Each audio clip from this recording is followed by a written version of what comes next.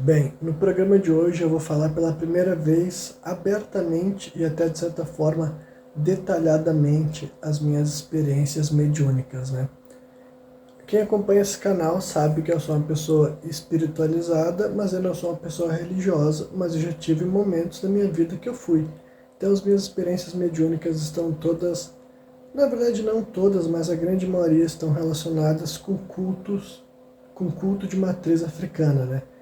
Em diferentes espécies de linhas, digamos assim. Eu trabalhei em várias denominações, mas eu vou começar então contando o primeiro relato. Em primeiro lugar, eu vou destacar que tem várias outras formas da pessoa se conectar e utilizar a sua mediunidade, como por exemplo, existe o processo de psicografia, que é bem comum no kardecismo, né? E também as experiências de incorporação típicas dessa religião e de outras religiões também que fazem esse tipo de coisa.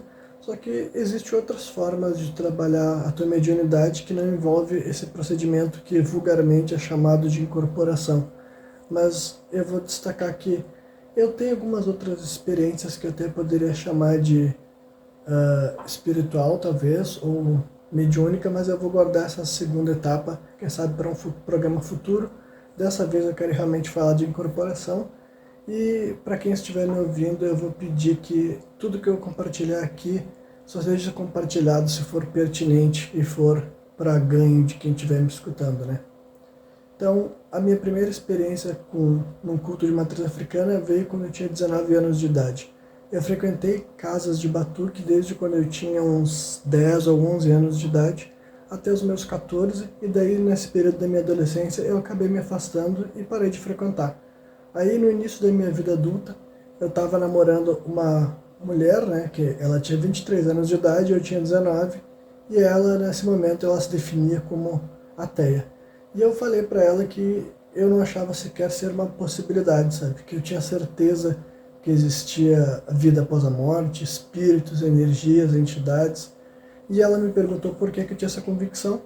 E eu disse que parte era por causa da experiência que eu tinha tido nas casas de terreira, né? As casas de batuque, em diversos rituais diferentes. Então ela ficou intrigada, ela ficou disposta para conhecer, né? E a gente acabou indo numa terreira que era de uma conhecida nossa, né? Na verdade, a gente conhecia pessoas que eram filhos de santo nessa casa, né? A gente não conhecia a dona, mas conhecíamos pessoas que conheciam a mãe de santo e a gente confiava nessas pessoas. Então a gente foi convidado para ir num show lá e era uma sessão de Exu, né? Aqui também vou destacar que nessa época eu morava em Porto Alegre, no Rio Grande do Sul. Então, né, tem muitas questões particulares e regionais, né? O batuque lá no Rio Grande do Sul é muito diferente do batuque em outros lugares do Brasil. Lá não existe, por exemplo, o que as pessoas convencionam chamar de candomblé, né? Eu nem vou entrar nessa questão, eu vou até deixar bem claro que, assim, não existe um livro sagrado do batuque, então nada que eu estou falando aqui é para destacar o que está correto ou o que está errado. Eu estou simplesmente compartilhando como eram as minhas experiências, entendeu? Afinal, não tem um livro para ser verificado isso, eu só estou usando as nomenclaturas que eu tive acesso, as experiências que eu passei, que eu vivi, entendeu? Nunca querendo falar que essa é a maneira certa, mas foi a maneira que eu vivi. Então, talvez pessoas de outras regiões do Brasil tenham outra visão, outra interpretação, não entendam o que eu quis dizer com certas coisas. São questões assim regionais, né?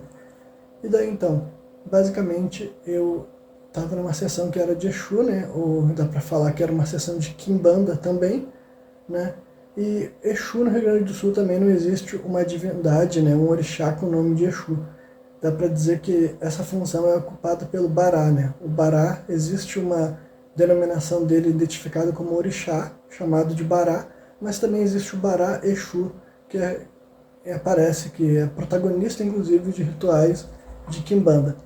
Então, né, eu estava lá enquanto assim um espectador, digamos assim, né? Eu estava assistindo, já estava passando por todas as etapas de incorporação, as entidades estavam sendo chamadas. Eu sempre gostei bastante de cantar os pontos, né? E daí eu me lembro que nesse dia estava sendo cantado um ponto que eu nunca tinha ouvido, entendeu? Eu nunca tinha escutado em nenhuma outra casa que eu tinha ido. E eu estava com muita vontade de conseguir cantar aquele ponto, estava tentando pegar a letra dele no ar para conseguir contar, para conseguir cantar. Só que daí então, enquanto estava nesse meu interesse pela letra, eu me lembro que como se fosse num flash, já apareceu na minha frente a Mãe de Santo, que nesse momento ela já estava incorporada, né? E daí ela tava olhando para mim ali na minha frente, e quando vê assim, eu posso tentar assim me recobrar de como foi a sensação de que assim, num impulso muito rápido, e que eu posso falar com confiança que é algo sobrenatural, eu senti assim um ímpeto de gritar com muita raiva, com muito fervor, com muita vontade, e ao mesmo tempo também eu ergui os meus dois braços para o alto, sabe? E a sensação que eu tive na época é como se alguém tivesse enfiado duas facas, uma em cada um dos meus braços, e forçado as minhas mãos a se levantar. Da mesma forma que o grito, eu sei bem que não é algo que eu posso comandar o meu cérebro a fazer aquele tipo de ação do nada, entendeu? Honestamente, eu sei, eu já gritei com aquele tipo assim de emoção em outras situações, só que são gritos que tu, sabe, tu recorre a eles naturalmente, sabe? Não é algo que tu decide, vou dar um grito a pleno pulmão aqui, sabe? Se eu tentasse fazer aqui, ia ficar forçado, ia ficar meio histérico, ia ficar meio estranho. Lá era uma coisa assim, foi muito assim, eu sabia exatamente o que eu estava fazendo ao mesmo tempo de que eu não comandei meu cérebro de forma consciente a fazer aquilo, né? Inclusive eu me lembro que daí a entidade da mãe de santo da casa até comentou assim para mim, olha, não precisa chegar com raiva ou sem raiva tu vai chegar igual. Daí ela já se afastou de mim, ela ficou em frente ao congá, né, que isso daí seria, digamos assim, um altar, onde ficam as imagens e etc ali, né, e daí eu fui em direção a ela e a partir desse momento eu me lembro que eu já estava com uma espécie assim de consciência dupla, né. Eu não fui um médium de longa data, então até onde eu sei, os médiums só ficam assim literalmente apagados, sabe, completamente inconscientes, quando eles já estão um certo tempo nesse processo, e daí a conexão com o guia, com o mentor ou com o espírito que está trabalhando com ele está tão firme, está tão forte, que ele nem precisa dessa consciência humana monitorando o que está acontecendo, sabe? Então eu nunca cheguei ao processo, à etapa de que eu desligava minha consciência, visto que eu só trabalhei continuamente durante um ano. Então, né, para mim sempre teve esse aspecto de consciência dupla. O que eu posso tentar simplificar para pessoas que nunca viveram isso é que tu sabe muito bem que tu tem assim uma previsão do teu próprio comportamento no interior da tua mente. Tu já sabe mais ou menos o que tu vai fazer, o que tu vai falar. Tu sempre tá assim, o teu cérebro está um pouco na frente do que as tuas reações estão acontecendo aqui no mundo externo, né?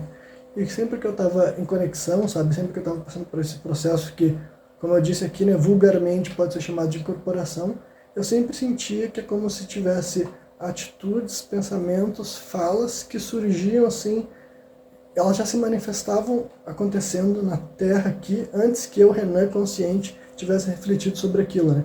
Como, por exemplo, começa a vir um impulso para tu colocar as tuas mãos nas tuas costas e tudo mais, né? Pessoas que frequentam terreiros devem estar acostumadas a enxergar as entidades, os guias e tudo mais, ou os Exus também, sempre colocando as mãos assim atrás na sua cintura, e esse tipo de coisa, para pessoas assim que não viveram a experiência, eles podem ter outras implicações que eu falo para vocês com convicção que não tem chance alguma de ser isso, sabe? Não tem chance alguma de ser assim, sugestão, essas coisas que as pessoas falam, e daí assim, não tem por que tu ouvir o meu relato e validar ele, mas eu tô te falando com calma e tranquilidade de que assim, eu tenho certeza absoluta que não foi isso, porque eu frequentei terreiros durante bastante tempo. Essa foi a primeira vez que eu estava indo numa terreira nova, e eu tenho certeza absoluta que eu não estava interpretando, fazendo um teatro, sabe? Nem nessa primeira vez e nem nas vezes subsequentes, que na realidade eu vou ter que compartilhar em programas futuros, visto que eu já estou chegando a 10 minutos. Então nesse primeiro dia daí, eu só fui assim, eu me lembro que a mãe de santo, né, a entidade dela na realidade, falou assim para mim, saldo congá. E eu me lembro que eu me ajoelhei e eu já fazia um sinal que naquela época eu nem sabia que sinal era. Depois com o tempo eu me acostumei de tanto que eu repeti ele, né, mas a primeira vez assim foi algo totalmente assim, um impulso, sabe, um comando. Eu me lembro que eu até tinha me perguntado, mas que sinal, saudar quem? Eu pensei assim, né, e aconteceu facilmente. E depois também a entidade da mãe de santo na época, né, falou assim pra mim, vai lá na rua saudar o Bará.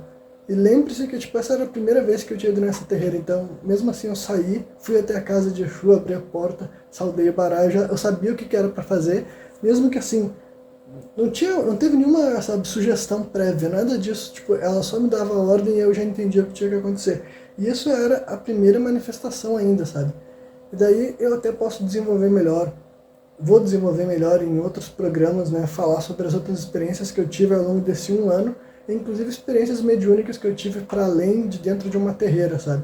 Mas assim, só para concluir esse primeiro relato, eu tenho certeza que as religiões de matriz africana, os cultos de matriz africana, usam tecnologia, ferramentas que facilitam entrar no transe, como por exemplo o próprio tambor, como os pontos e tudo mais, né? Eu acredito sim que esses são facilitadores de transe, mas eu sou uma pessoa espiritualizada. Esse transe não está acontecendo só porque é uma fabricação da tua mente, alguma coisa desse tipo está acontecendo, sabe? Vocês podem ter certeza que definitivamente existe vida após a morte, definitivamente existe espírito, definitivamente existe a reencarnação. Não sejam materialistas. Eu posso falar para vocês assim, como exatamente funciona a vida após a morte, as regras da espiritualidade, que energias, que espíritos, que seres se manifestam através dos seres humanos, sabe? Como que eles influenciam o nosso pensamento, a nossa forma de agir. Tudo isso eu estou de acordo que a gente tem muita discussão para ter ainda sobre esses temas. Eu não estou falando aqui de um ponto de vista dogmático, mas o único dogma que eu posso alertar para vocês que está errado é essa crença de que nós somos apenas o aqui e agora, que é só matéria, que tu morre e desaparece. Tipo, sai dessa o mais rápido possível, porque isso é um erro, sabe? É um engano, é uma loucura, é um delírio. Então, assim, definitivamente existe, sabe? Espíritos, entidades, energias, existem essas manifestações, né? E no próximo programa que eu vou gravar aqui, e depois vai parar no TikTok também, né? Me sigam no TikTok lá, o meu usuário lá é ChampsRCP, né? Então talvez eu deixe um link aqui embaixo, aqui não sei como é que o YouTube vai se relacionar com isso, mas geralmente eu faço os vídeos aqui pro YouTube e jogo lá no TikTok. Por enquanto não teve nada exclusivo, né? Mas né, quem gostou do que ouviu aqui, se prepara que logo mais sai outro vídeo sobre esse assunto. E comenta aqui embaixo, literalmente, sobre qualquer coisa, sabe? Quem quiser me sugerir algum tema, algum assunto que tu queira ver eu opinando, que tu queira ver o que eu acho. Se tu quiser falar bem, falar mal, ou simplesmente tem interesse de ver eu elaborando raciocínio sobre qualquer assunto que eu ainda não falei, ou até sobre algo que eu já falei que tu queria ouvir mais, comenta aí, me dá uma sugestão e fica no aguardo da continuação dessas minhas experiências como médium. Valeu!